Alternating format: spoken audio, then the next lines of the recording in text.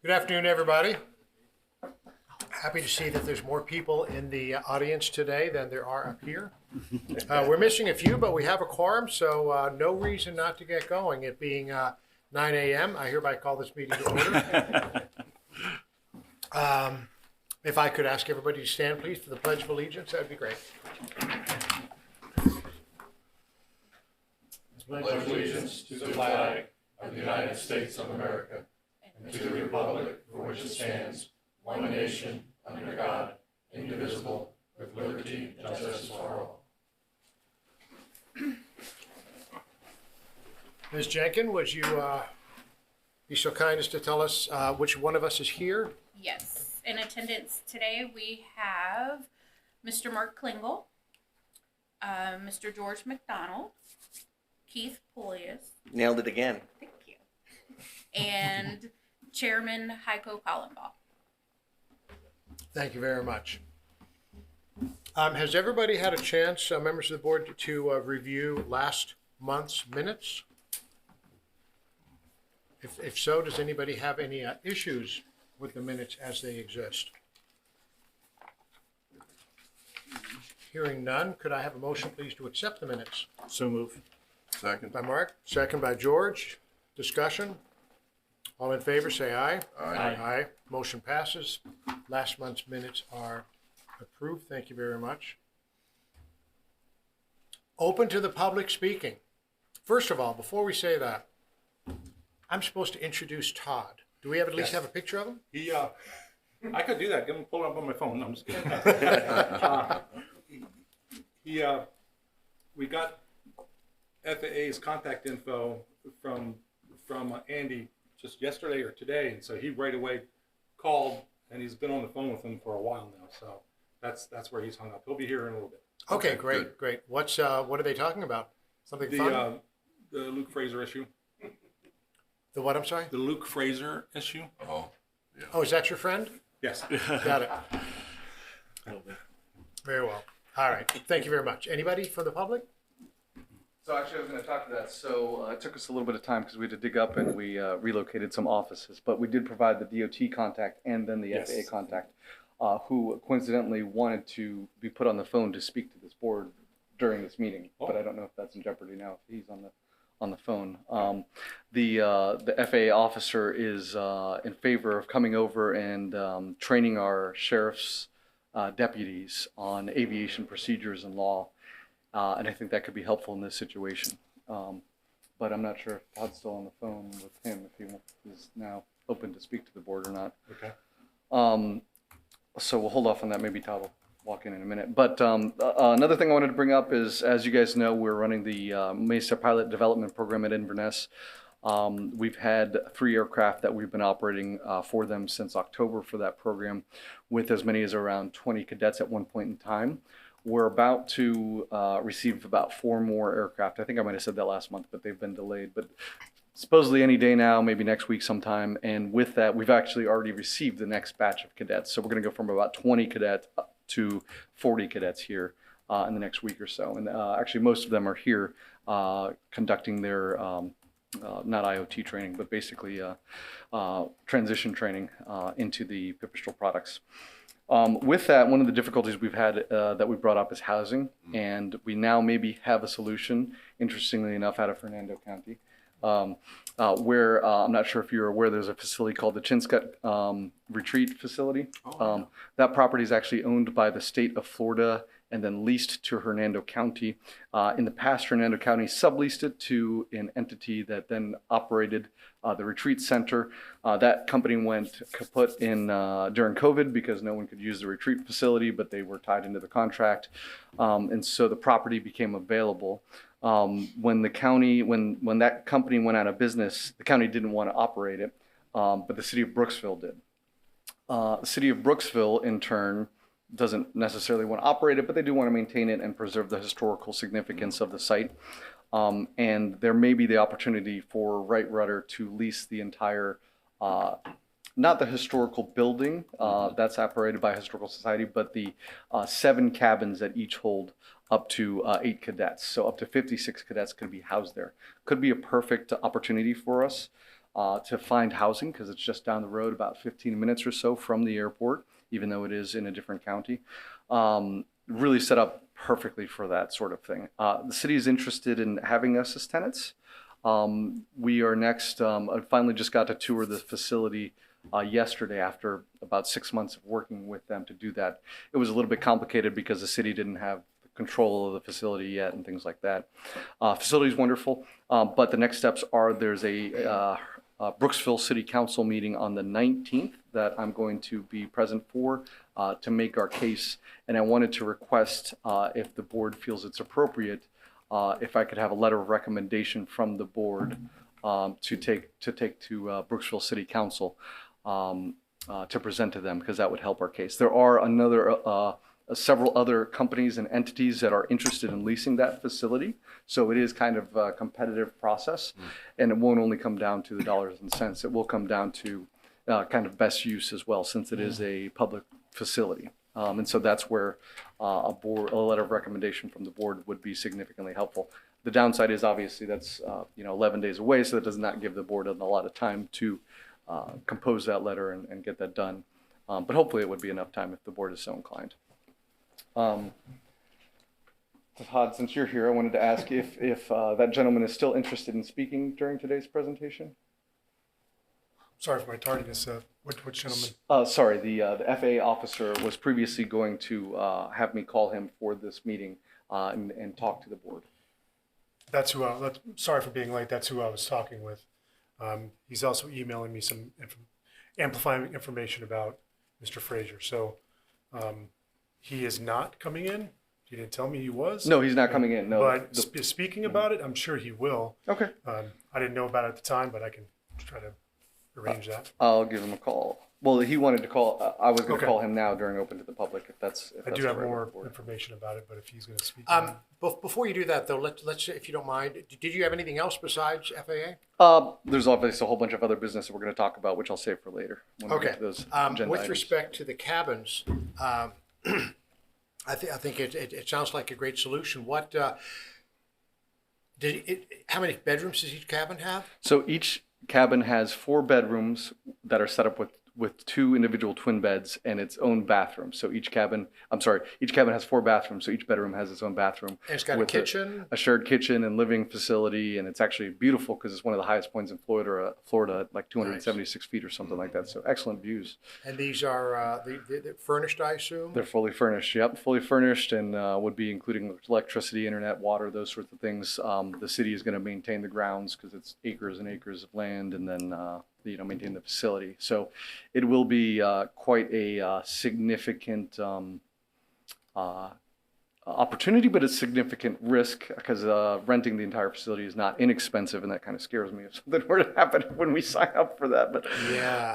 that's part of being In terms of a breakdown, though, per student, do you have any idea about what that will be per month, let's say? So they haven't put that out publicly or privately yet. Fair enough. I've kind of told them where our ballpark needs to be, and they said that's going to be in that ballpark. So it looks like that'll be possible, but they don't even need to necessarily take a lot of money necessarily, but at the same time they would like to because it's going to cost them money. So part of that is the presentation to the board, and part of our case is that all of these cadets are definitely drug free because they're required to be and they are tested. They're already criminally checked, and we can hold them accountable if someone misbehaves or something like that. They get booted out of the program, which we've already done to 2 cadets, by the way. So they do have accountability as well. Versus I know there's like a construction company that was looking at that for temporary housing potentially, but they don't.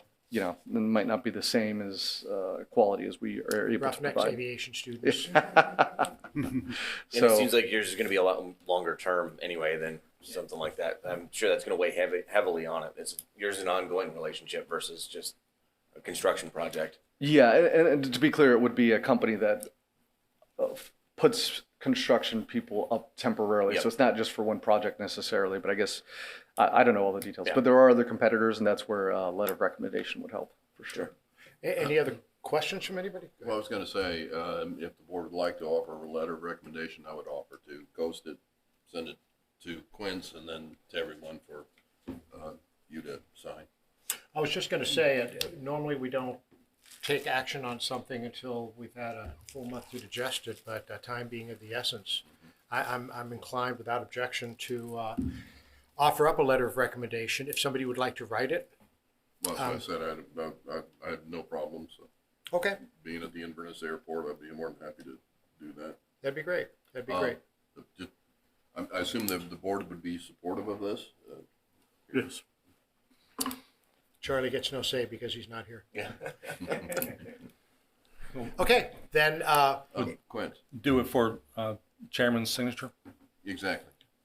and do you want to write it, or George, do you feel like authoring it and sending it to Quincy, and he can then correct it for whatever misspelling Citrus County produces, and then we fix it from there. Something like this, if it's okay to do something like that, I would have Andy draft because he knows the points they're looking for, and then you make it your own and then send it to me. That's a suggestion I have. I'm happy to do that. Even better. Would you mind? Yeah, no, of course. Okay. Happy to do that. As long There as you it's go. not, you guys can review it, make sure what I put in there feels accurate to you. Yeah, you'll Feel have to free to scale change back it. for sure. All right. What else do you have besides the FAA? I'd like to get through everything that you have. Most of those are on the agenda already, specific points, so maybe save that. Parking lot's coming along nicely, so that's great. Sidewalk was poured and cut, I think being cut right now, actually. Looks beautiful. So that seems to be progressing nicely. Obviously, we had the workshop, which I'm sure we'll talk about, in the fire station. So those are the main things. I mean, we're continuing to rock and roll as a flight school and selling fuel, doing everything we do. Okay. A little bit out of order, but everybody that is not aware, this is Todd Regan. He is in training to take over for Quincy when and if Quincy actually leaves. He's been threatening to do this for years, but we sort of suspect that we'll believe it when we see it. In any case, Todd, I just want to welcome you. Thanks. Good to be here. And we are, we all do what we can around here. We, of course, are volunteers, as you know, and we rely on the project engineers and the rest of the staff of the county to provide us with all the information that we might need to have at least some intelligent discussions about the subject matters. I understand. So would you mind briefing us real quick on your discussion with the FAA, and maybe it's useful to bring them on the phone and Yeah, sure. I'll try to make some sense of this. I talked to Special Agent Charles Simpson about Luke Frazier, and I'm getting caught up, as you may know, about this individual, what's going on. Seems like there's some concern, and there has been for a couple of years that we know of, but it looks like, to my knowledge, this person is not certified at all, doesn't have a license. He has a plane registered, but I know he's also been buying and selling planes often, so his N number has been changing over. But I believe the most current one is November 375 Tango. I might have another number. Charles is going to be sending me an email with a lot more information, police reports and things like that. I know I'm kind of going all over the place, but let me see what else. He is flying federally and state illegally. And the tough part from what Mr. Simpson has expressed is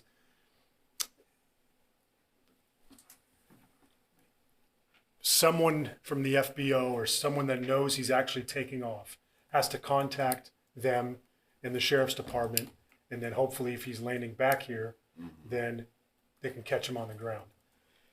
That happened here February 10th, 2020, but the sheriff let him go.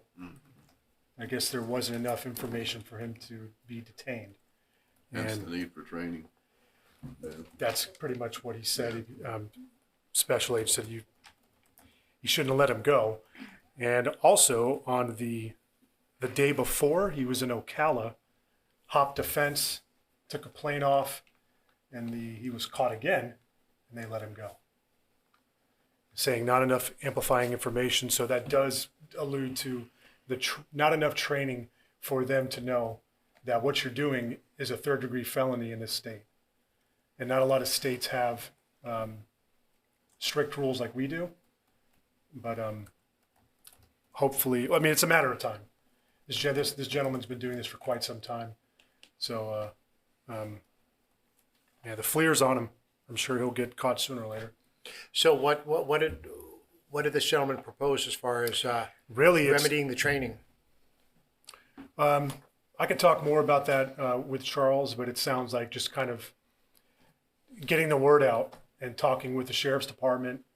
And he did mention that he's going to be getting in touch with the Air, Marine, Custom and Border Patrol, and they have a special division, and they're just looking for them to help as well.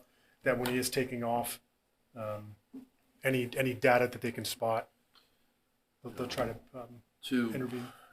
Facilitate making sure the sheriff's on board with receiving the training. Mm-hmm. We did have, I'm trying to think if it's due again, it's the airport security meeting. I know we did that, what was it, last year, and we had the captain come in and. So it's Yeah. now on 2 different captains since that time.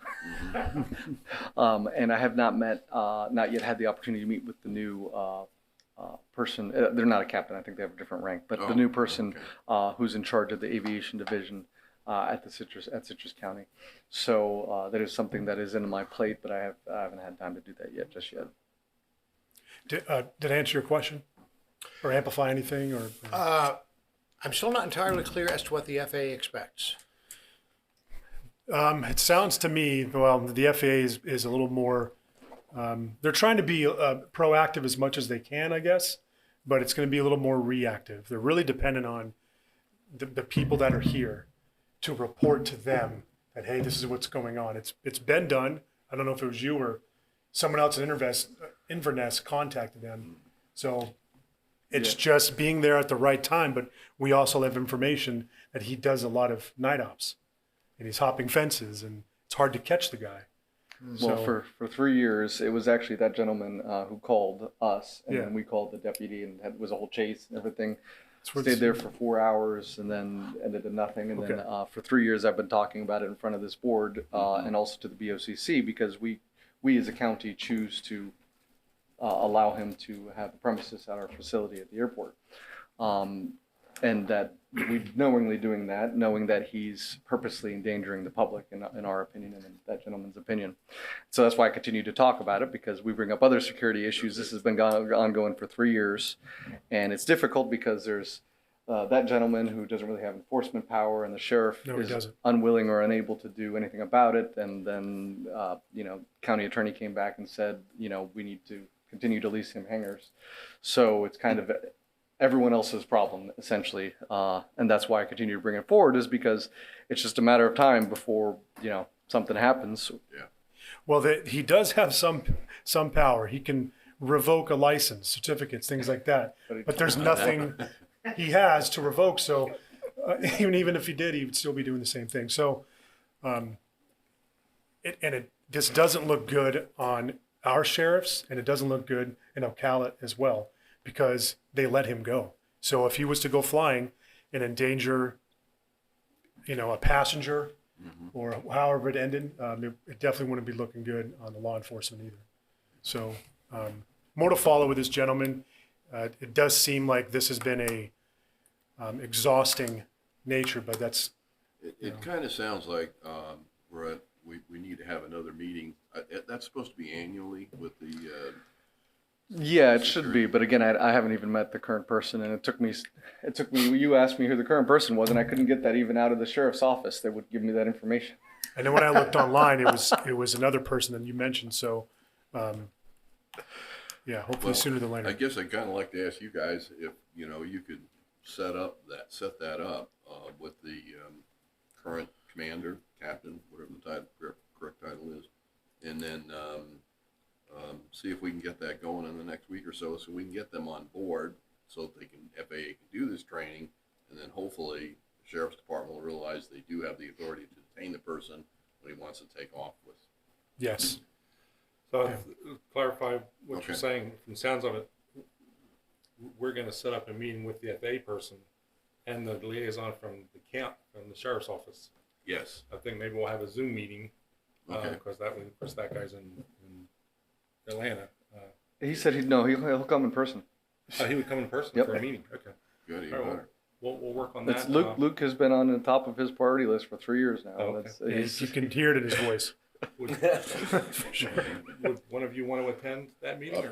Sure. Great, that'd be great. Because I remember, are you on the security committee? I don't remember. He's been I on the was. security committee for the Yeah. last few years, yes. Okay, so, Okay. all right, we'll set that up. and obviously Yeah. me too, please. We'll set that up. Would the board I'll take care still, of that. should we still call him and have him give his information? Or no? I mean, we can, is there more information that he would give us? Well, it's just for 3 years I've been discussing this, and I think now that I lost his contact information for a little bit, which is why, it took me some time to get it, but we finally found it again now, honestly, because he called us to follow up, Oh, wow. is how we got Okay. back in contact with him again. And so I think it could be relevant to the board to hear this Yeah, directly, yeah. rather than through me, as you've been hearing from me for the last 3 Yeah, years. Mr. Chairman, I Yep. think this is important. I think we need to do it. Let's give him a call then, thank you. Okay, I'm gonna put him on speakerphone.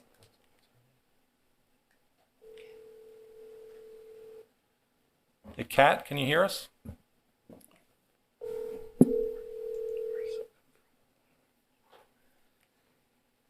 Would it be more appropriate for you to call this person in there and put it through? Hello. Oh, he can call which number? We could use that That phone number over right there. over here. Okay. Charles, sorry, we're gonna What call is you the back phone on number? another line. Okay, He's back. 1 moment, thanks. Okay, We need to give him that phone number. That's Or on we that can call him from that phone.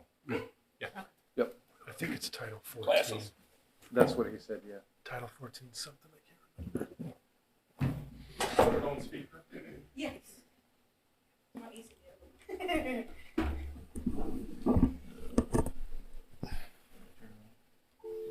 Go ahead, Andy. 404 430 1365.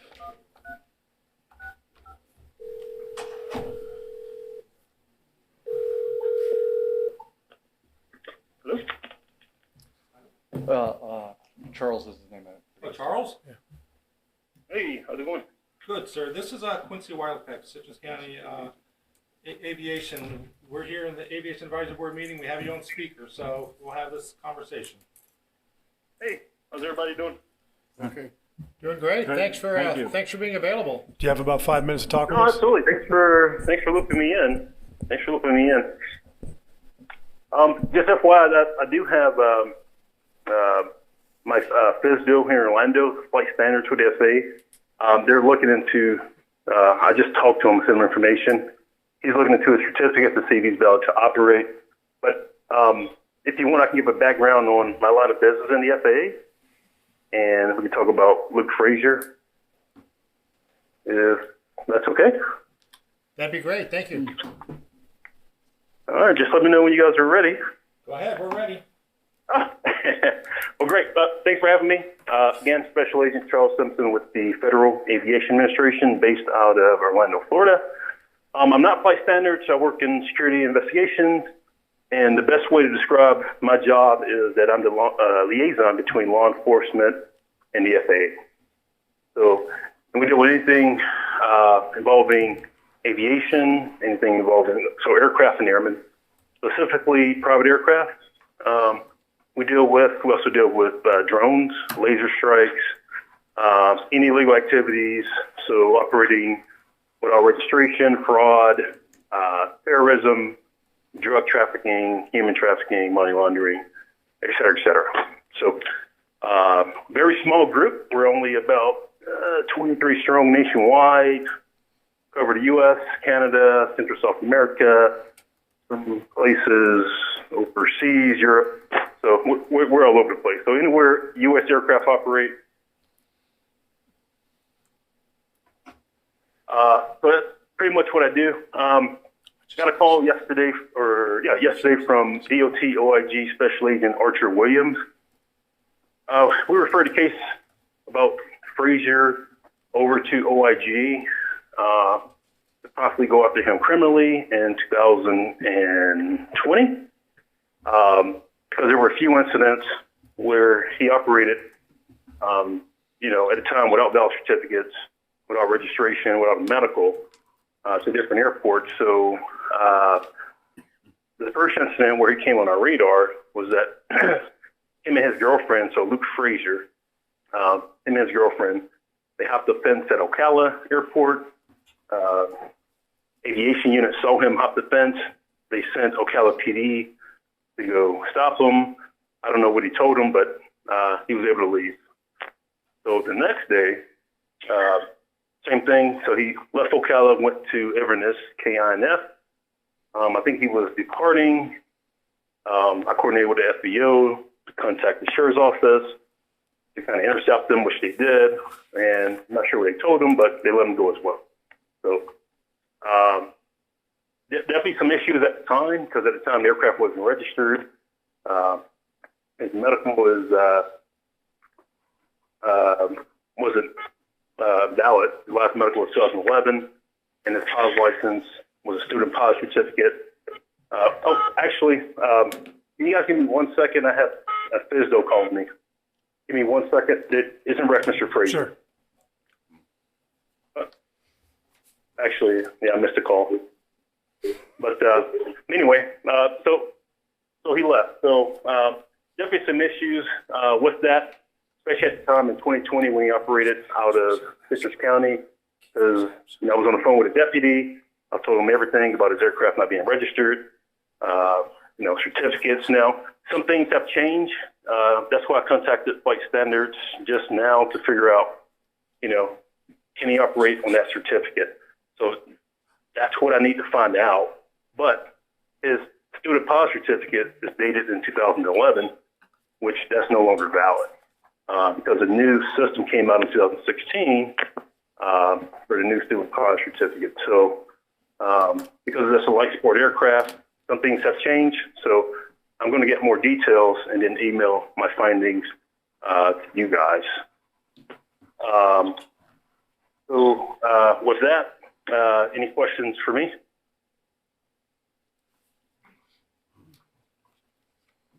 There was some discussion before we had you on the phone about that you may wish to come to Citrus County and do a training session with county law enforcement to kind of explain what your role is, what your limitations are, and what powers the sheriff's department has under Florida law to be able to intervene in these situations. Is that correct? Yeah, that's correct. So I provide training to law enforcement. We do a classroom portion, which lasts anywhere from 2 to 3 hours, depends on questions and answers. And then we do a hands-on at the airport. So the Federal Aviation Administration, under Title 14 Code of Federal Regulations, we give state and local law enforcement and federal law enforcement the authority to conduct what's called ramp inspections, document inspections. So the FAA doesn't have to be there. Like I said, my line of business is only 23 strong. So we rely heavily on law enforcement to be our force multiplier to interdict airmen and aircraft. Law enforcement has full authority to do so. And what's good about Florida is that there are state statutes in the state of Florida that are very aggressive when it comes to aircraft. And that's because of the 80s with cocaine coming into our borders here in Florida. They developed very aggressive statutes for aviation. So they have a handful that are third-degree felonies, such as careless and reckless, operating without a license, operating carelessly and recklessly of an aircraft. Those are all felonies. So, I have no issues providing training. If you guys want to send me an email with a point of contact so we can coordinate, I'll be more than happy to conduct it. Okay. So the bottom line, though, Mr. Simpson, is that somebody needs to catch Mr. Frazier in the act, notify law enforcement. That law enforcement then has the authority to make an arrest and charge him with certain felonies. Is that what we understand?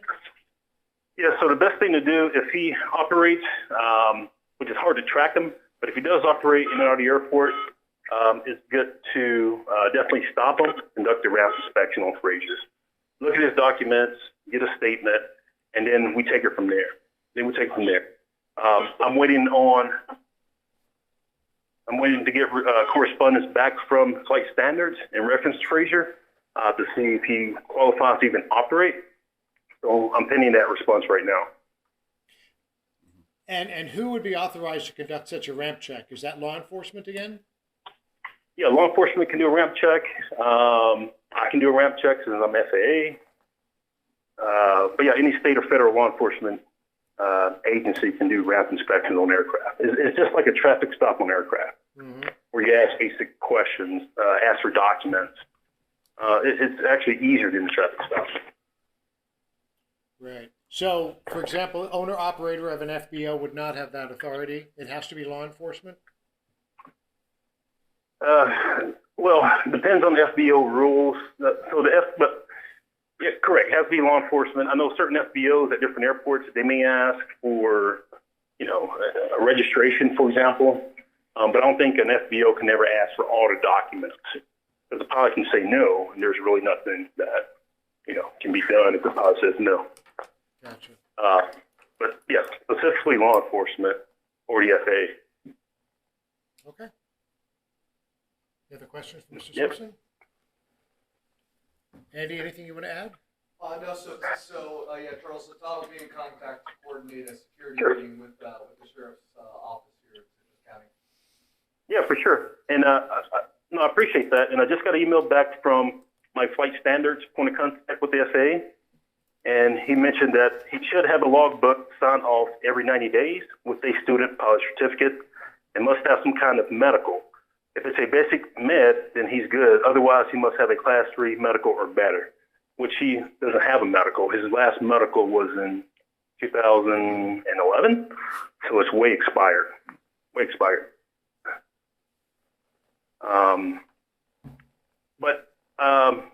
Yeah, I'll send an email. I think it was Todd Reagan, I believe. I spoke to. Yeah, it's me. I did send an email, but it came back undeliverable. I reached out to your staff, and she sent me an email, and I replied back, and again, it was undeliverable. So I'm not sure if my email is not liking that. I'll call you. Or I'll call you later. Yep. Okay, and I'll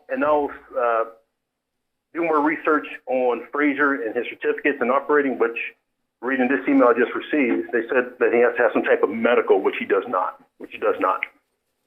But I'll get more information, more detailed information, do a deep dive, and I forward my findings.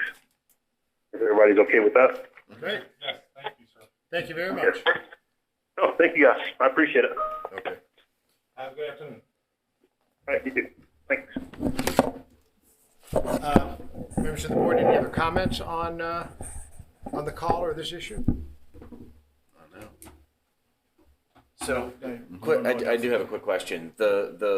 Since we lease him space, he is required per the lease to have a aircraft registered to him with a valid N number, which you said that he does, if I'm not mistaken, correct? The last, He did at the time that he last renewal or lease signature. But can't the county check that and demand it at any point in time? So he would be technically in violation of his lease if he doesn't have one. And if so, I think if I remember reading my lease, that aircraft had to be stored in the hangar. You couldn't just flip flop aircraft in and out. insured. And insured. Insured, yes. So he would be in violation of his lease, and then they could terminate his lease based on the. Yes, well, that's a sticky point. Let me just back up a little bit and say that was one of the directions from the board last meeting was we were to reach out to legal, our legal counsel, and have that discussion about whether what our liability is for letting them lease. And we didn't do that I didn't want to do that until Todd spoke to the FA person. So now that that's been done today, we will reach out to the legal counsel and just pose that question to them. But we've had some other issues in the past about tenants complaining, for example, well, I won't get into any details, but somebody didn't have a hangar or they sold their aircraft and they were looking for another aircraft. And now their lease is coming due. And so now we're requiring them. See, if we go looking for those problems, we're going to find them, and we're Yep. going to be kicking more people out. So I had the same Well, I had yeah. the same issue. I sold So- mine and it was vacant for So if someone is year. truly looking for another plane, hopefully another plane in 2 or 3 months, do we kick them out and then put them back on the list when they get a plane? So that's kind of a fine line, of what to do. So the lease is not really clear that we can go looking and see if you have that. And do we want to? That's certainly a good time to have this discussion, because I think it's coming to where we may be modifying our lease and making some more stringent guidelines and so forth. So that may be coming forth. But at this point, we haven't pressed that issue as far as to go look in every hangar. I was just curious if there'd be a way to set up, if you know what tail number is in that Yes. hangar, set up an alert where when that thing hits the air, I know the last one of us time- gets pinged and like I said, I don't look too hard. Yeah. I go in your hangar once a year, as you know, Yeah, the to fire do the fire extinguishers. extinguisher inspections. And if I recall, in January, when I did that, I recognized that same aircraft in Mm-hmm. his hangar. Now he has 2 hangars. The other hangar was empty at the time. gotcha. Whether there was an aircraft in or out. Okay. Don't know, Just suggestions on Yes. ways to be able to know when he's in the air. Yes. So you'll be able to bring us that report next month from legal? Yes, hopefully. Okay, great. Andy, anything else? One other thing, when you do speak with the gentleman again, Luke has previously operated helicopters as well. Oh. Oh, God. He used to house at our 44 in the county. So I'm not sure if Charles is aware of that or not, but just to point that out, that he did as well. So as far as I know, he doesn't have a rotorcraft certificate either. Yeah.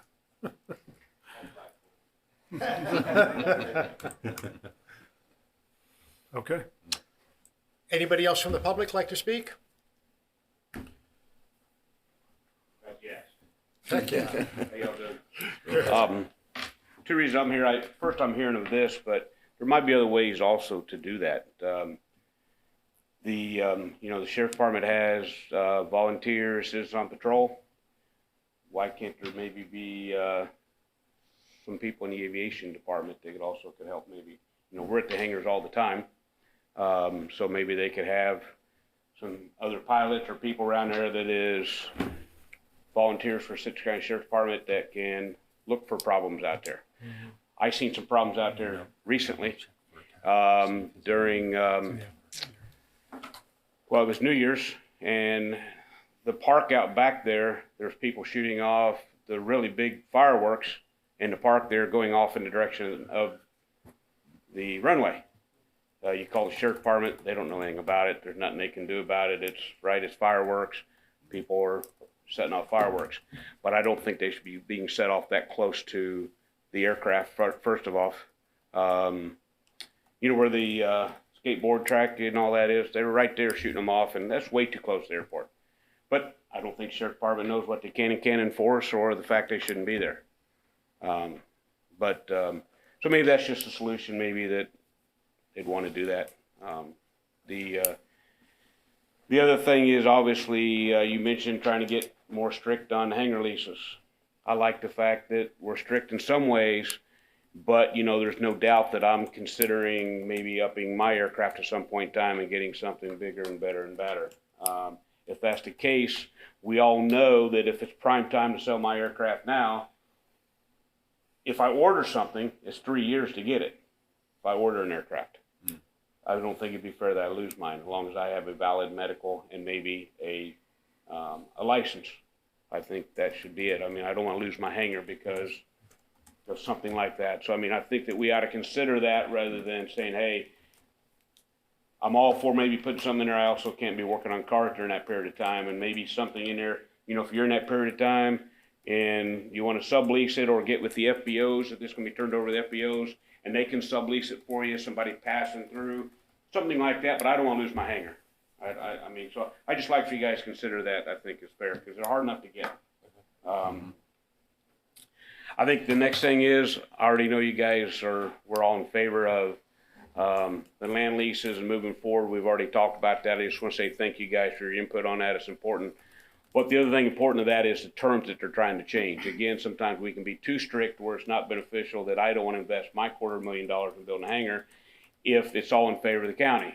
It's in favor of the county anyway for us to bring people in. It's buying fuel and spending money here anyway. Sometimes we're bringing in, as someone brought up, I don't like classifying people, but maybe people has got higher wages, maybe going to invest more in the community. If we're going to do that, I mean, I don't want to be penalized for that. So I think that, you know, the original lease, which is the same lease that two other people have recently gotten that have built nice hangars out there.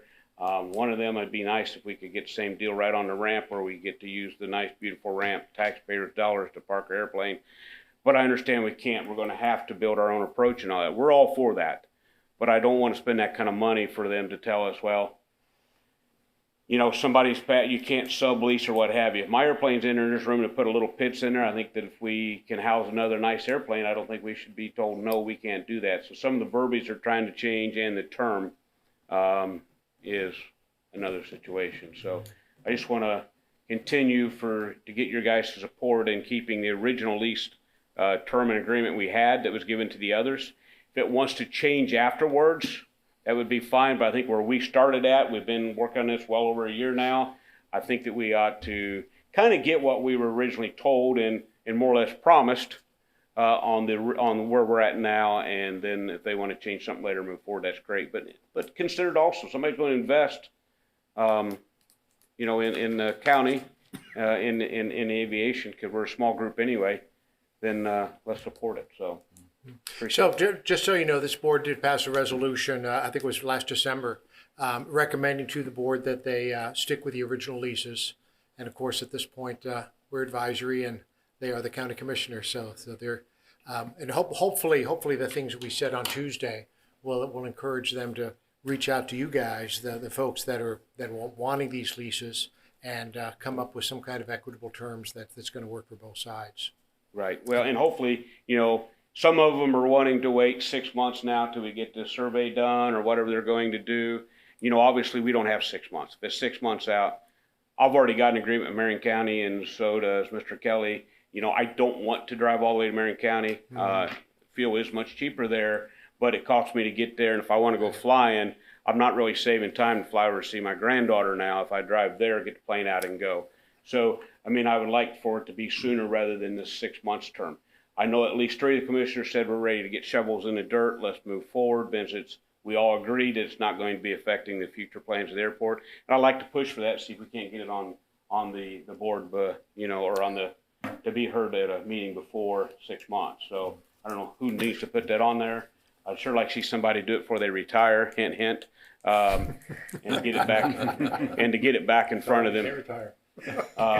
But to get it back in front of them sooner rather than later. I mean, I would sure like to see that done. I mean, your guys' input's important to them because obviously, and I think Rhoda, but obviously, 3 of them are not involved in aviation, understand how important it is. I mean, they don't have any aviation background, and I don't want a chiropractor working on my air conditioner, and I don't want an air conditioner person cracking my neck, if you know what I'm saying. So they're all great people, but they need to know how important this is to get this moving. I agree. Would you mind giving Danae your name, please, for the record? Yes, Doug Doty. Oh, you got it. Okay, sorry. I wasn't sure. Thank you. All right, Appreciate it. thank you. Yes, sir.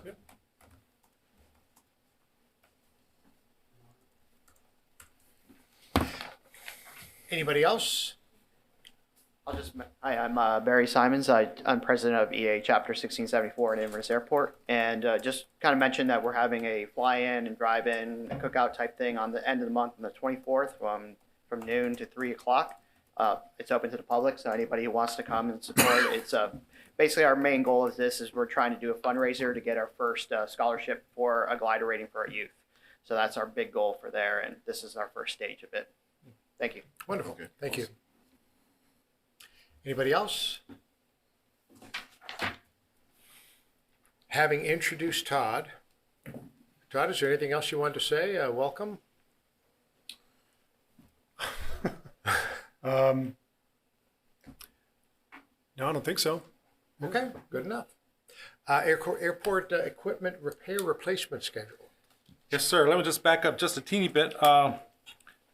The supreme boss told me to please announce that everybody to please sign in. Either there's one for the AEB members, and there's also one on the podium back there by the doors. If you would please sign in. So with that, we'll move forward. The airport equipment repair replacement schedule. That's something that y'all addressed last month. It said that was a concern. Primarily stemmed from the AWAS issue.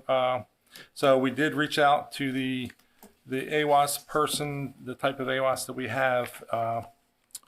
Turns out it wasn't quite as bad as I thought it was. That 300-something thousand price I gave y'all was actually for a total new installation, meaning a new facility and everything. So reaching out to Michael Trosclair, who is the person I've always dealt with for the last 10 years or so on our AWASs. He said a new system would range about 110 to 120,000. He says that's equipment and installation. So basically they would put it on the same tower we have, everything that's still there. So it's not as bad as we thought. Along those lines, the schedule for an AWAS, I believe he said the lifespan is approximately 15 years. He said if it was FAA money, you have to keep it at least 10 years. So I know Todd has a lot to learn, and his head's probably swimming from the last 2 weeks, and he's stuffing stuff in there. But this is going to be one of his things he'll be working on over time, is to look into the other equipment on the facility and see about scheduling other equipment replacement repairs. So we kind of have a handle on the AWAS, as I mentioned a couple months ago, that haven't really worked on this aspect of it much, but checking with the FAA about using the bill money to move forward with replacing one of these sooner than later. So we kind of missed the CIP schedule for this year, but we might be able to bypass that schedule and use the bill funds. So we'll have to have more conversation with FAA coming up to work towards getting that done. So yes, as far as the other airport equipment, Todd will be working on that over time.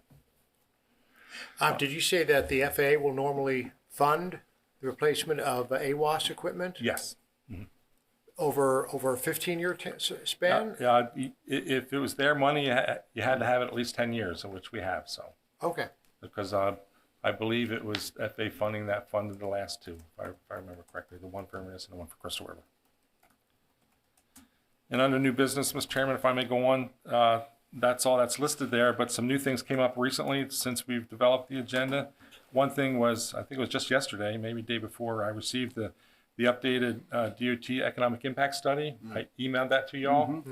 That number floored me because I sent it and I forgot to print it out for Tuesday, because it must have been Monday I got it, because I sent it to Frank and some other people. I wish we'd had those numbers because he quoted the numbers from the 19 study. But my goodness, the numbers for this study, where'd it go? What was it? Crystal River was 54 million, and Inverness was 68 million. Oh my goodness, that's impressive. That's a lot more than it was in 2019. So that's interesting. And this is annual economic input or Impact. output to the county? Yes. Yeah, that's, yeah, but I've got some real questions on that. Well, yeah, the draft. Okay, yeah. But on Tuesday, that's why I was surprised. Tuesday we used the 2019 numbers, yes. Right. So, and then with that one, the other thing was. Hang on 1 second. I've got some real questions on that report. You're talking 68 million, you're talking 540 people at one airport and 480 or so in the other. Where do they get those numbers? That's a good question. That's because when I looked at all that data and I evaluated it as much as I could and compared it with the 19, it doesn't even start to correlate. But according to that report, it had a several page evaluation that was filled out by the people, or supposedly. Yes. And my question becomes one of where and how did they look at it? I can understand the 1.6 issue. I've done economic development many times, and I know the indirect and direct costs and stuff, but this floored me as far as how many people, because I don't think you have 500 people working at at this airport or at the other one. They came and they interviewed me, and I gave them the information that on the county side, and then they went and interviewed the FBOs. I'm wondering if they're doing it double, or if they're counting everybody that was contract and everything else that would be indirect There may be as direct. A multiplier, yes, that's a possibility, because of course, we have a fair number of construction projects going on at the airports and so forth, so. I can speak a little bit to that. Okay. I was a little bit more involved in the process. The one major reason that there's such big differences in the numbers is they actually change the way they do the calculation between the years. And so the FDOT, if you wanted to get more of a breakdown into that, there is a contact at FDOT who will walk you through. And there was a webinar. Quincy, I believe you were on that webinar, right? Where they explain the differences and how they arrived at the numbers. But it is a waterfall effect or a multiplier effect as to how that's calculated and with respect to the job. So it considers a number of factors, but it is done to scientific levels that FDOT finds acceptable. But there was a change in calculation between those years, which is why there is a bigger difference than you might expect. It isn't that it actually changed by that much of a percentage, but the calculation was different. But then we have grown significantly as well, of course, since that time.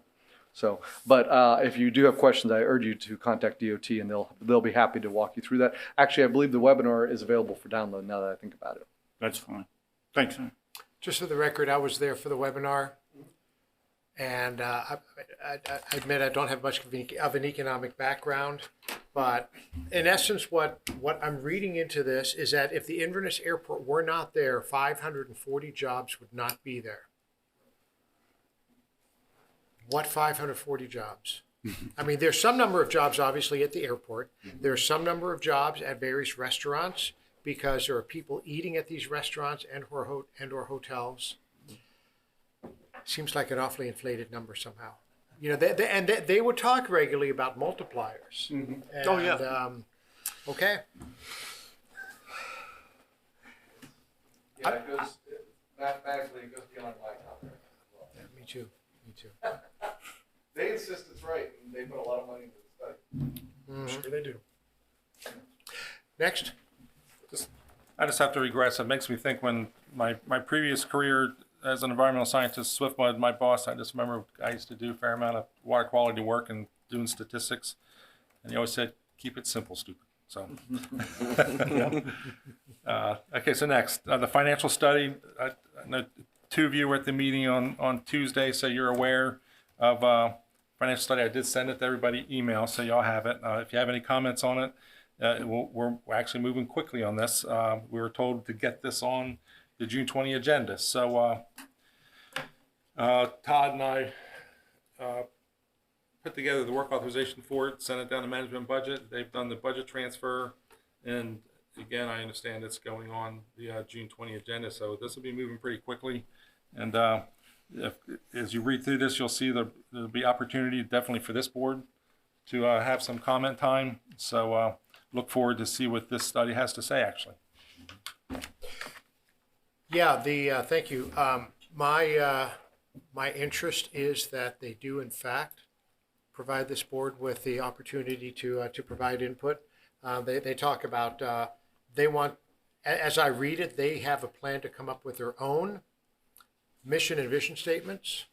I would hope that they consider the mission and vision statements that the AAB adopted, carefully put together over years, started out with Tom Davis's with input. And bottom line is, how do we get in touch with these people to provide this input? Will they contact us? We'll be involved in the process, and Okay. so yes, we'll be talking to them, and we'll certainly make sure that they do come to the AAB meeting early on. Todd has already wrote a note to definitely provide the mission vision statement to them. Right. So Okay. yes, that's why I wanted to bring it up. Any comments y'all may have, even after today, send them to Todd, and we'll be sure this study. They talk specifically about a series of on-site visits Yes. at the airports. So they'll be talking to county staff, FBO management, and the county's Aviation Advisory Board. So but Yeah. what means will that,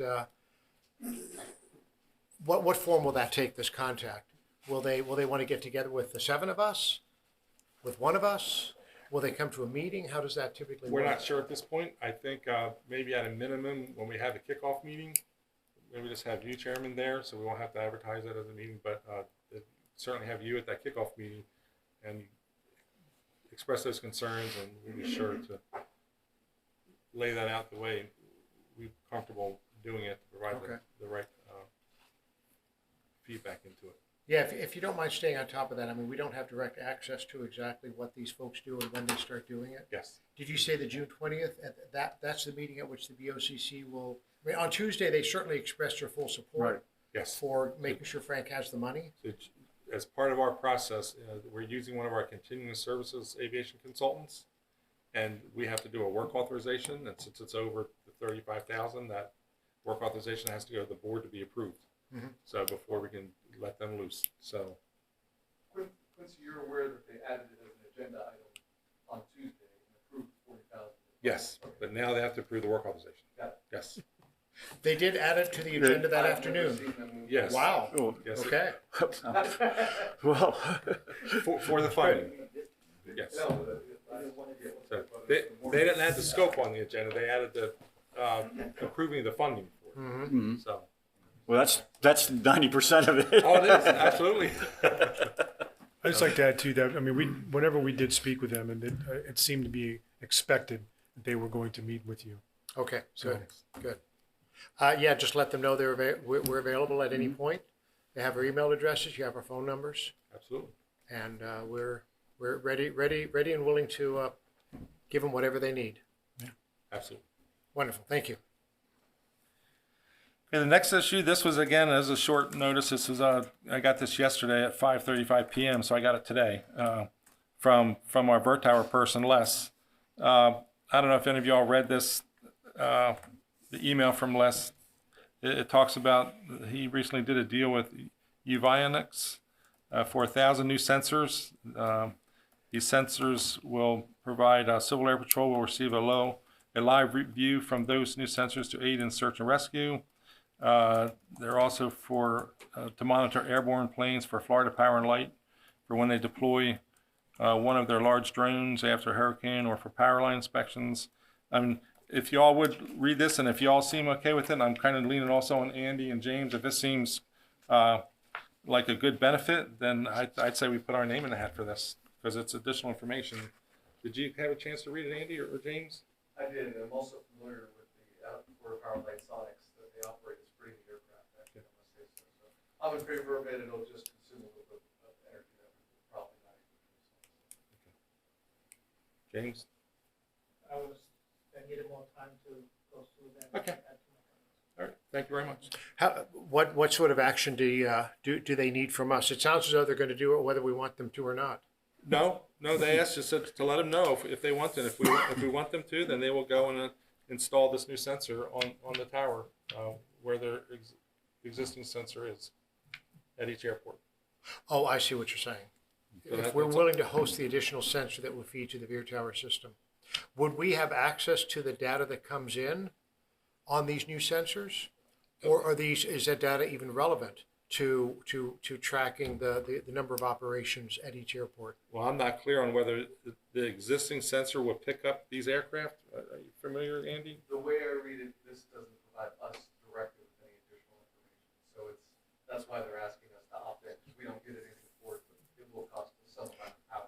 Because we are paying for these Veer Towers ourselves on an annual basis, and they want to know if they can piggyback on it for.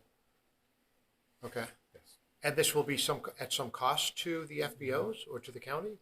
No cost other than, I'm sure there's some amount of wattage that will be an increased draw, but Okay. I'm sure that'll be minimal, not noticeable. Interesting that they don't offer any sort of rebate on the on the monthly lease, given that Veer's not doing this for free. No, but having them on board, if the system goes down, I think it would be more likely that they'll come quickly to bring it back up. Fair point. Good point. Fair point. James, if you don't mind taking a look at it and getting back to us as soon as we can. What do we have a time frame on this one way or another? No, I know he has 1,000 sensors. I don't think he has 1,000 airports yet, so I think, we have a little bit of time. Okay. They're not all going to get scarfed up right away, but Yeah. Quickly. quickly. Okay, Yes, sir. We'll do that. thank you. And we can put this on the agenda for next month then? I wasn't planning on waiting that long, but we could if I can ask Les how much time we have to make that decision. But Well, I don't want to recommend something without having heard from both FBOs. okay, then What, we'll what, just what do you guys think? we'll put it on the next agenda. I mean, can't we just voice our support for it, provided that there's no objection? We could do that. I'm good with that. Okay. May I have a motion then to voice support for the UAvionics? Am I saying that right? UAvionics? That's a good question. Very, very strangely spelled. The UAvionics sensor, barring any unforeseen objection from either of the FBOs. Very good. So move. Second. Moved and second. All in favor? Aye. Opposed? Motion carries. Thank you very much. Thank you both. Thank you all. Okay. That's all I have for new business, Mr. Chairman. Okay. On to old business. Very old business. Yes. Older than my term on this board. Yes, and that's ongoing. I got an email from our consultant on Monday, actually. He says that it doesn't look like we're going to be required to provide the imagery for the CDC rehab that took place in 2020, but they still have to update the AGIS requirements. So he'll be getting a scope from Wolpert to do that work. So we're waiting on a scope and see what that's going to cost. Okay. And that's for the GPS approaches? Yes. Got it. Do we have a time frame on that? No.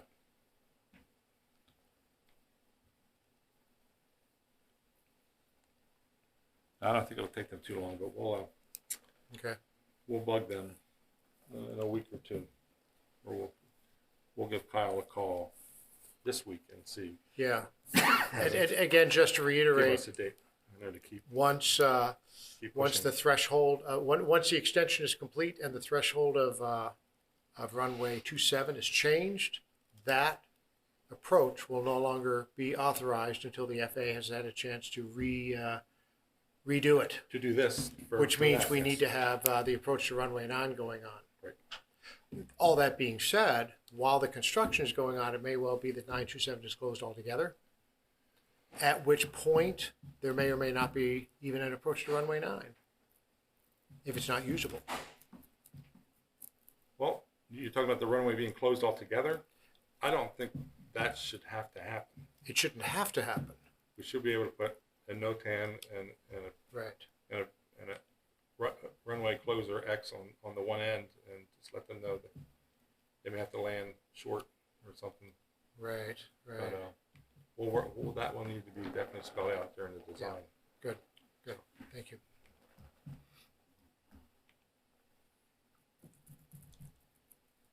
Next. 1836. That's the same situation. They were working on the last few points. I believe I thought when I asked them on the status of that one, I asked them on this one as well, and I did not hear back on that one. I know they only had a few points remaining to clarify in the runway 1836 approach, and I have not heard back on that. So we'll be bugging AID to get that issue completed, because that shouldn't have taken too long. Excuse me, I've got one probably dumb question. How often is that grass runway inspected for potholes and stuff? Not that often. James, or did I speak out of turn? How often? I think when DOT come in to inspect the airport, they look at the entire airport, including the grass runway. I know it's definitely, that's once a year. Yeah, that's at least once a year. Because with the storms and everything else, The mowing guy also, he knows to report. Matter of fact, if it's not on the runway, but you'll see cones out there periodically where there's a hole where he's found, and then we send road maintenance out to fill them. But of course, they're not going to leave a cone sitting in the middle of the turf runway. But yes, he would typically report any problems he sees while he's mowing. Thank you. Yes, sir. FBO maintenance improvements. Yes, sir. As you know, this was on the presented at the workshop on Tuesday. But And forgive me, but Quincy, who was the staff member that presented? He did a great job, whoever that was. that was Frank, wasn't it? No, I didn't think so. I thought that was Mr. Weidelpeck. Thank you. Nice job on Tuesday, by the way. Thank Sorry you. if I didn't say that before. Appreciate that. Yes. So I don't know that we really received any direction. The way I kind of understood that was, Andy, it's not funny. I believe. Well, I don't even know if this. Did I do it? Kind of funny now. Job on Tuesday? Yeah, I was almost thinking that the financial study might lend to this, but I don't know that it will. So I'm not sure that we have direction at this point, because the workshop was just where they didn't really vote on anything. So I think, yes, I'm kind of stumped. Yeah, so the workshops typically don't, don't ever, as far as I know, result in direction. They no. simply are a way to throw spaghetti Supportive on the wall and issue, see what sticks. Now it's a matter of putting things on the agenda, such as improved signage, such as a walkway to the parking lot with a restroom, the various individual pieces, and we need to get them on the board's agenda for discussion, for consideration. Yes, the issue is funding, because it's a lot more than what we intended. You know, the start of this was we had a grant for $23,000 for Chris Weber and $13,000 for Inverness, and we exceeded that budget. So, not sure how we're going to proceed at this point. We'll have to ask senior staff how they want us to proceed, whether we put these piecemeal on the agenda or what. Thank you. I like being able to turn and say, got that? All right, the next issue, do you want me to move on, Mr. Chairman? Please. The hangar land leases, template lease, I think we've discussed that already. And that is something that will be addressed as part of the financial study. I'm pretty clear on that. When you say that, in other words, it's not going to be settled, the board is not going to determine what kind of lease they want for another 6 months?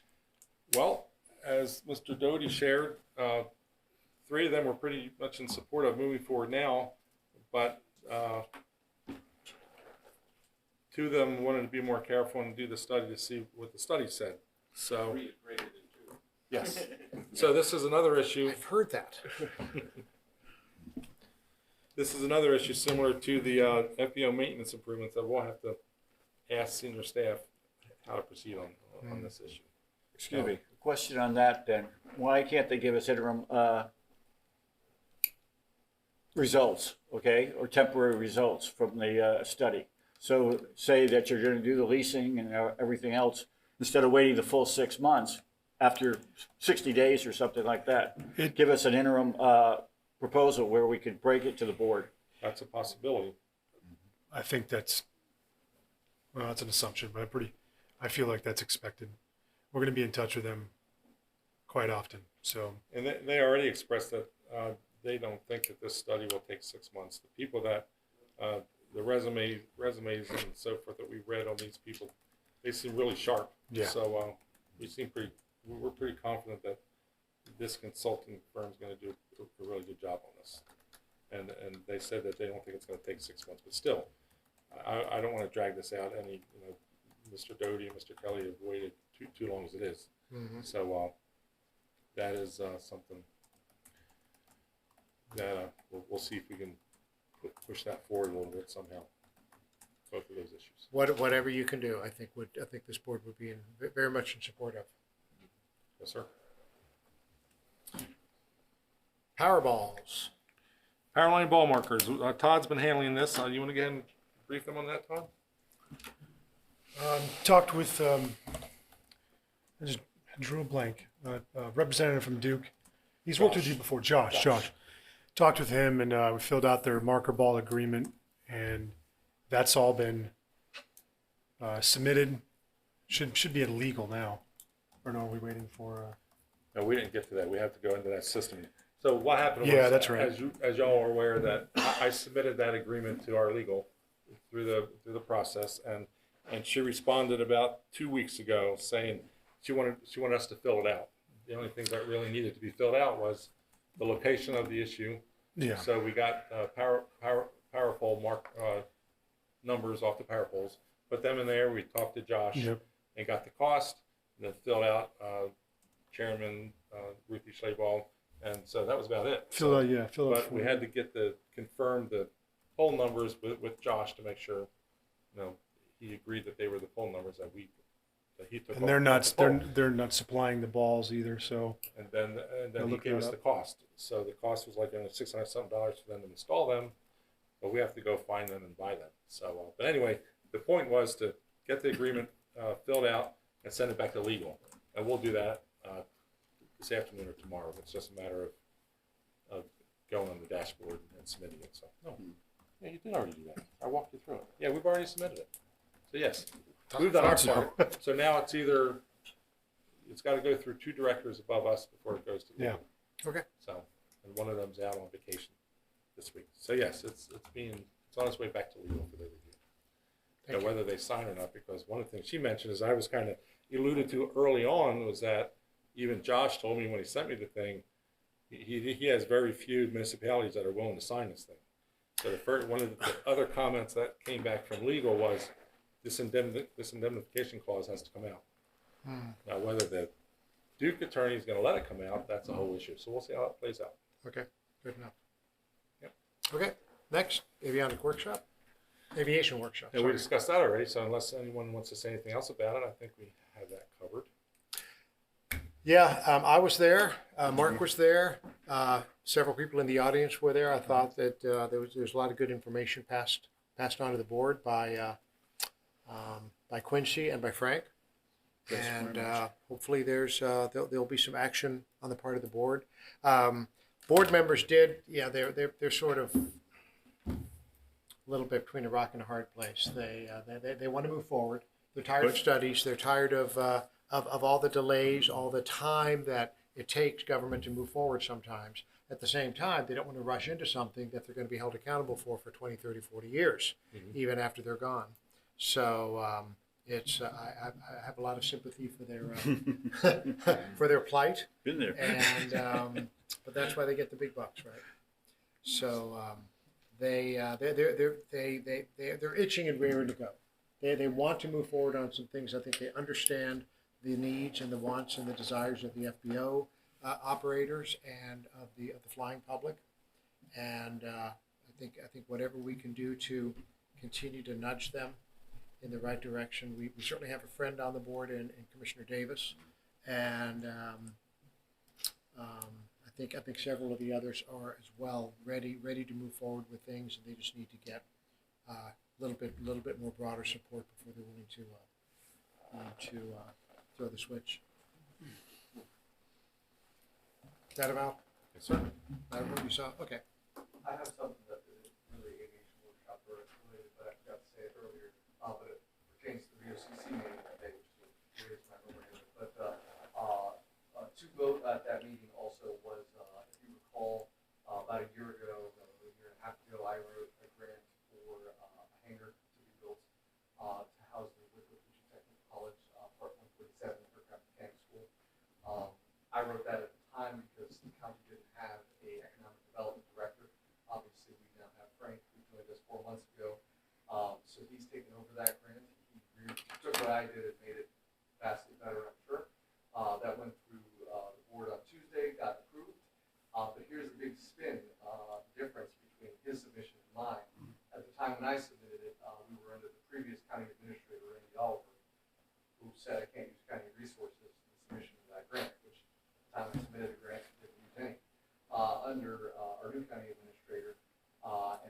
Frank's direction, they believe that there's a much stronger chance of the grant getting approved for the Department of Economic Opportunity if the county puts something forward for the construction of that. And so Frank had requested $300,000 from the board to fund the planning portion of the development of that hangar, which the board also approves. The board would approve the grant and the $300,000 that will be put in. And because of that, I do believe very strongly that the grants will be approved. So this grant is for the hangar. Separately, I'm coaching WTC on their side of the grant, which is applied for by Citrus County School Board for the materials and technology and equipment that will be housed in that facility. There's a new director at the WTC.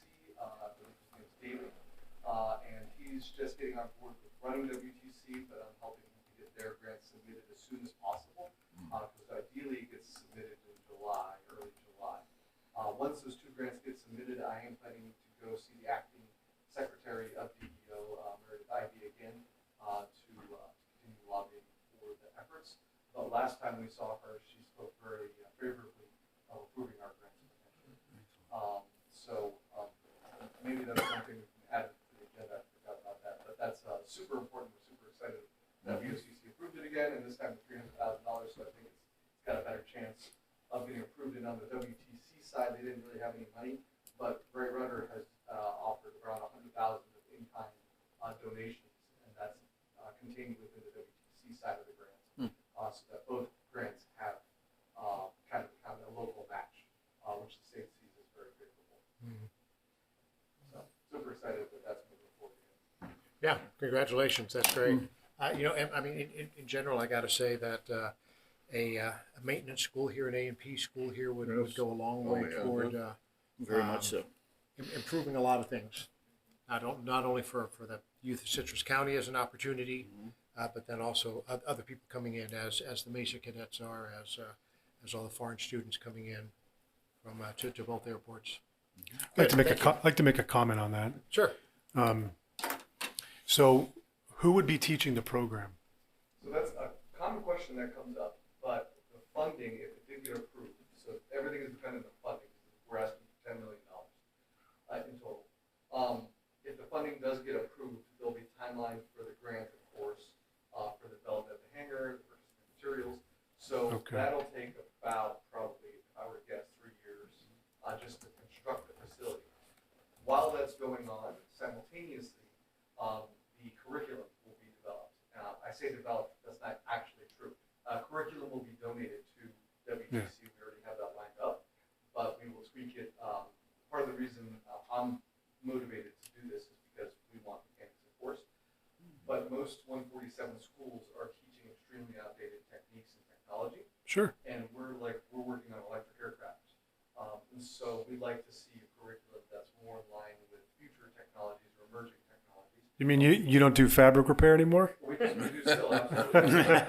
Our 1947 Piper Cub is still in regular commercial everyday service. Yeah, I get it. Fabric, aluminum, carbon fiber, but electric side as well. Yep. So we'll develop the curriculum. And then once we have the facility, then we can begin we'll start the process of the 147 application with the FAA at probably a year or two in, I guess, would be my guess on the timeline, once we have funding. And as we've seen, well, you weren't here, but Ray Rudder Aviation began applying for our 141 certificate in 2018, and it was awarded in 2022, so that's 4 years. So from the time we put in the 147, which might be 2 years from now, it may be 4 years before we're granted the 147. And so therefore, 6 years from now, we'll need to look for an instructor. But WTC is very concerned with that. But there's a number of retired AMPs in the county. Sure. Because we're a retirement community, who want to do something but don't want necessarily to turn wrenches 8 hours a day. I know this because they come and ask me for a job, and I hired some of them, but it hasn't worked out because but teaching could be. I understand. Could be perfect. So we've assembled a board to provide guidance for the institution. Myself and several other people are on the board, and we will select an individual at a time. It won't be me or anyone from my organization who will work, but we would like to see someone who is knowledgeable, who does have relevant industry experience, and doesn't necessarily need a job because it's WTC salary, so it's significantly less than they would get at United or American or something like that. But it's an air conditioned job where it's predictable. And in the program, we're currently slated for 2 AMP IA instructors for a total of, I believe, 36 students at a time. Build it and they will come, because that trade is, like a lot of trades, are dying out. My background is in aviation maintenance, and an old boss of mine called it the silver tsunami. He goes, "It's coming, and it's coming fast." It's already here. Yeah, it has, and I know it has been for a while, and people don't know what to do. So, and I know Hernando County is building a school. They've had approval. It's been passed. I just don't know. I haven't heard anything yet when shovels are in the ground. And the closest one that I know of, and I'm probably wrong, is National Aviation in Clearwater. And there's just people up here that don't want to drive 2 hours to get there. So there is, I think it's a great need. Oh, there is. The difference. A lot of opportunity. NAA charges around $80,000 with this being a state sponsored school. Tuition will be around $12,000, and people who aren't able to afford that would be eligible for grants. So it really opens up access. That's one of the reasons we could have created a 147 privately, but people don't have $80,000. And we really wanted the community to get involved. And graduates from NAA, because we're trying to hire people from there right now, they're getting jobs 6 to 10 months prior to graduation, signed contracts for 6 months plus with signed bonus. Yeah. Hopefully it'll still be the case in 6 years. I think it will be, because there's not enough youth entering aviation, whether it's ATC, pilots, mechanics, etc. Fire station. Yes, sir. We had a meeting discussing potential location of the fire station. I could point it on the map if you like. Basically, it's the top, the northeast corner of the Inverness Airport, basically right off the England Boulevard, that gate that comes off of England Boulevard onto the airport. So that's the tentative location. Now it's all in the fire chief's hands as far as getting funding and building it. As Chairman and Mark, you heard Tuesday discussion that there was a little bit of news to a couple of the commissioners, and they just wanted to make sure it wasn't going to be additional staff required and so forth. So it looks like they're going to be moving a fire station from South Highlands over there. It would serve a broader spectrum of people and lower like 25,000 people's insurance having it in that location. Then as Andy and I discussed, it's be an absolute benefit to the airport and to the business park. So I think it's a win-win, as Andy would say. So as you said it on Tuesday. So yes, I hope that moves forward. So it's in the fire chief's hands right now as far as getting the funding. And I told him certainly willing to work with him to bring a consultant on board for designing that facility, whether he's just someone totally separate or one of our aviation consultants. It's doable. Get that done. Good deal.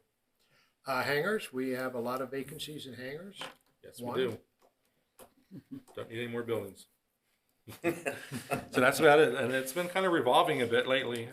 So we're pretty much where we usually are, 1 or 2 temporary vacancies, and they fill up pretty quick. Commissioner updates? Yes. On June 6th, that was yesterday, Tuesday, we had acknowledgement of another hangar lease that was signed. The workshop, as we've discussed pretty thoroughly. And then I had hoped the EA for the runway extension environmental assessment scope of work was going to go to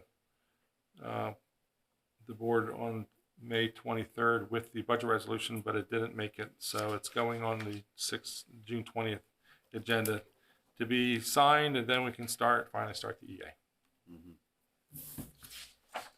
Good deal. Speaking of which, moving on. Please. GDC runway extension. I think I said enough. Next one, fuel tanks replacement. We've had at least one progress meeting since the last AB meeting. I don't know if I shared, that might be the one we discussed. We might have had two in the last month because we had some issues come up. As you know, we're replacing the 2 fuel tanks at the Christopher Airport and all the pump apparatus and so forth. With new rules, the 100 load lead tank cannot be within 15 feet of the truck that comes on site to fuel up the tanks. So they had the good idea of just rotating those tanks 90 degrees, is that right? And putting the 100 load lead on the backside and the Jet A closer, so that'll solve that problem.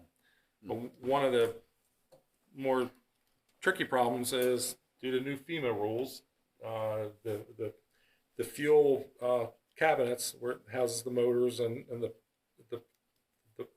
pumps and the hose and so forth, they have to be 6 feet off the ground, similar to what the generator we just installed has to be 6 feet up. So they were proposing, of course, we have to put stairs up because the self-pay system, if we have enough money, we plan on trying to get a self-pay system in. That's going to be a bid alt is the self-pay system, and also a backup generator specifically for the fuel site. We'll put them in as bid alts, but both of those systems will have to be 6 feet up as well. And then the one Cadillac system that I was a little concerned about when we had a progress meeting was that they had this extensive gangway, proper wording, on top of the tanks and connecting the two. And I said, we don't need all that. I mean, they're all young guys that get up there, so just give them a ladder and cable to clip on so they can go stick the tanks and so forth. So anyway, our consultant has a sub doing some of the specialty stuff, and he said, yeah, he'll try to rein them in because he said that gangway, the way they're looking at it, being all galvanized, that could be $100,000 itself. And so we're going to try and scale that back. And of course, we need it to be safe, of course. It'll meet all OSHA requirements and so forth. But also, I like to touch base with DOT periodically because we know their fiscal year is coming up July 1. And I had talked with Ray at DOT a couple times in the past year, told him that we need more money than we thought for this project. And I sent him an email. The last one I sent him was in March, saying that we need about $660,000 additional from DOT. And I was on the phone with him just 2 days ago about another issue, and I tried to bring it up because I know it's coming. And he said, "Yeah, I think we've got that listed for about $330,000." I said, "Oh, let me check on that." So I'm hoping, basically, he said he's able to supply, give us an additional $330,000. I'm asking, try to find another $330,000 because that'll make the project tight. Did you say that the self-service access panel would be 6 feet up off the ground? Well, I just call it a pedestal. It's a pedestal with a little computer on top that you put your card in and you push the buttons. So that thing would have to be 6 feet off the ground.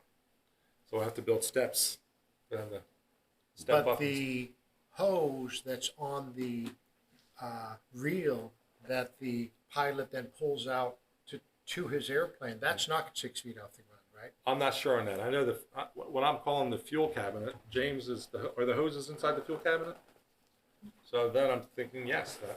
I'm not clear on that. I'm not positive. We'll have to, whatever's required, that's what we're going to have to do. Now, whether it's going to be able to have a hole with roller on the bottom, and you can pull it out, from the ground and pull it out. Is that a new requirement? Because I've done a lot of self-service recently at airports down in South Florida, and it's on the ground. You walk up to it, and it's right there. It's the new FEMA rule for this area. Yes. A new rule. Okay. Like I said, the generator we just installed late last year, it's 6 feet up, as well as the electric panel for it. That generator is now 6 feet off the ground. Hmm. Yes. Full service may continue to be popular over at Crystal River. Well, the thing is, there is no full service after 6 p.m. We'll try to make it user friendly. Yeah. That's our goal. Well, if you keep raising it up in the air, just save money by getting rid of the pumps. It'll be gravity feed at that point. I was thinking. I think I mentioned that during the site meeting. Just put it another 20 feet up and make it all gravity. They just leave it on the honor system. How many Yeah, gallons? exactly. Wetland removal. Wetland removal. Basically, that's ongoing. The main thing is that they're out there 3 to 4 days a month, different periods. Sometimes all day, sometimes 4 hours in the morning. They're out there collecting data for 12 months. Okay. So it's just moving on. And when is that 12 months up? It started January, so Okay. it'll be January next year. Gotcha. And then the airspace study, do we have time? This one, there's a lot of issues with this. As you all know, we were rushed to get it out to bid so we could get a bid price in, so we could do the final grant application to the FAA by May 5th. We didn't get any bids. The one bid we did get was only a partial bid. He only filled out the part for fencing. So we got no bids. To talk to the FAA about what to do. We thought about trying to rush and get it out to bid again if they would let us stretch the timeline, because as I've shared with y'all before, the AIP, Airport Improvement Program at FAA, they have a schedule. You submit your pre-app in October 15, your final app goes in May 5th, and then they give us the grant in July or August. So we missed that deadline. And if we waited too long, so we talked about putting it out to bid again. However, the concern is if we bid it out again and didn't get any bids, the money that we told FAA to hold on to for that project, if we waited till those bids came in, it would be too late to ask, because we're using our entitlement funds that we get every year for both airports. It would be too late to ask them to roll those funds forward, so we would lose those entitlement funds. So we decided to not, because in the discussion with them, as y'all remember, Mark, you don't, when we first started all this, we did the survey. Of course, we had lots of obstructions off airport, but they directed us to address the on airport ones first and try and move forward, just to keep the project moving forward. So during this discussion, they basically were saying, we do have on airport obstructions, but they're not as critical as the off airport. In the past, we talked about what to do about the off airport, and namely, they wanted us to do some level of like an EA, environmental assessment. We're calling it a public outreach study. They want to see how much public support we have to get those obstructions done, taken care of, that are on private property. And they don't want to fund that EA at this point, or that study at this point, because if it doesn't work out, then they don't want to have wasted their money on something that didn't work. Now, on the flip side, if we do the study and we have sufficient citizen property owner buy-in, we will go ahead and move forward with the project, and the FAA will fund it, and then they will also fund 90% of the project, the study that we did, because it's something they kind of accepted the outcome of. So that's a benefit, somewhat. So my call to DOT, Ray, a couple of weeks ago was, do you have money for our study? So sometimes they have money left over, and again, hopefully that $330,000 will be in there, but for the fuel tanks project, but also for the study. So he said, well, at first he said, let's talk after July 1, because that's our new fiscal year. And then we talked to him again yesterday, and he said, well, let's set it up for early August. That'll give them time to, I guess, true up their, end of year, true up all their money. And so actually, we're going to be down there tomorrow for a Seminar. It's a seminar on hurricane season coming up, and so we'll still corner him then there, but we're going to meet with him early August to see about funding this public outreach study and get some other funding as well. Okay. Hopefully, we'll be able to keep moving that forward, because I have to say this again, and Andy doesn't want to hear it, but in our discussions, FAA brought up the possibility of displacing the threshold. We've held them off this long. It's been a couple of years we've been working on this, because we told them before we really don't want to do that, but they're saying that that's still on their radar if necessary, if we can't get these obstructions addressed. Both thresholds, or just one or the other? I know it's bad on the north end. I don't know if the south end would require that or not. I don't What would recall. that shorten the runway to, as far as landing distance? I don't know. We haven't got that far. We don't want to lose our 5,000 foot. I know, that's Right. the whole- Both should be 5,000 foot. Mhm. Okay. So, Parking lot? parking lot, as Andy mentioned earlier, it's moving along pretty well. We've had some hiccups, just like any construction project. But overall, this contractor really seems like they're doing a good job. They're really good to work with. So they poured concrete yesterday. He said they're already cutting the joints today. They're scheduled to do some site work next week, cleanup, start doing the getting ready for sod, and they have to do some landscaping, and the paving is scheduled for the 19th. And actually, I think they're doing the sodding after that, after the 19th? Correct. Yeah, the sod will be after the paving is done. So it's moving along. All right. Pretty good. And the business park. Oh, another big one. Yes, we were hoping to move forward.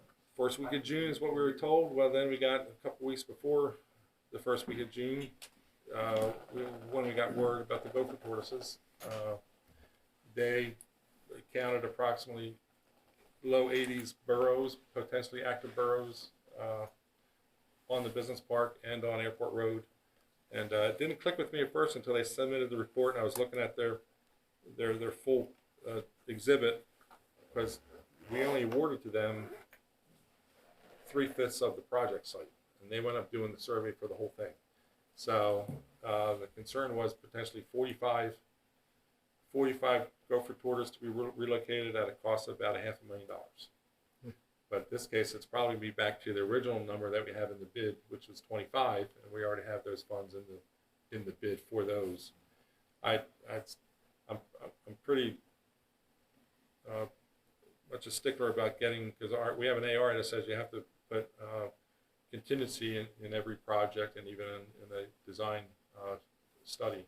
So I had requested $300,000 for contingency for this. So in the worst case scenario, if we did have to relocate 45 gopher tortoises, we had the funding to do so. Just so happens we had a call from the contractor today. Their environmental sub-consultant has fortunately been able to obtain reservation letters to put them in the Hilton over in Orlando. No, I'm just kidding. They are called reservation letters, though, so we have a place to put them, which is a good thing, because for a while they didn't have any place to put them, so that was a problem. So we have the reservation letters. They submitted the permit to FWC.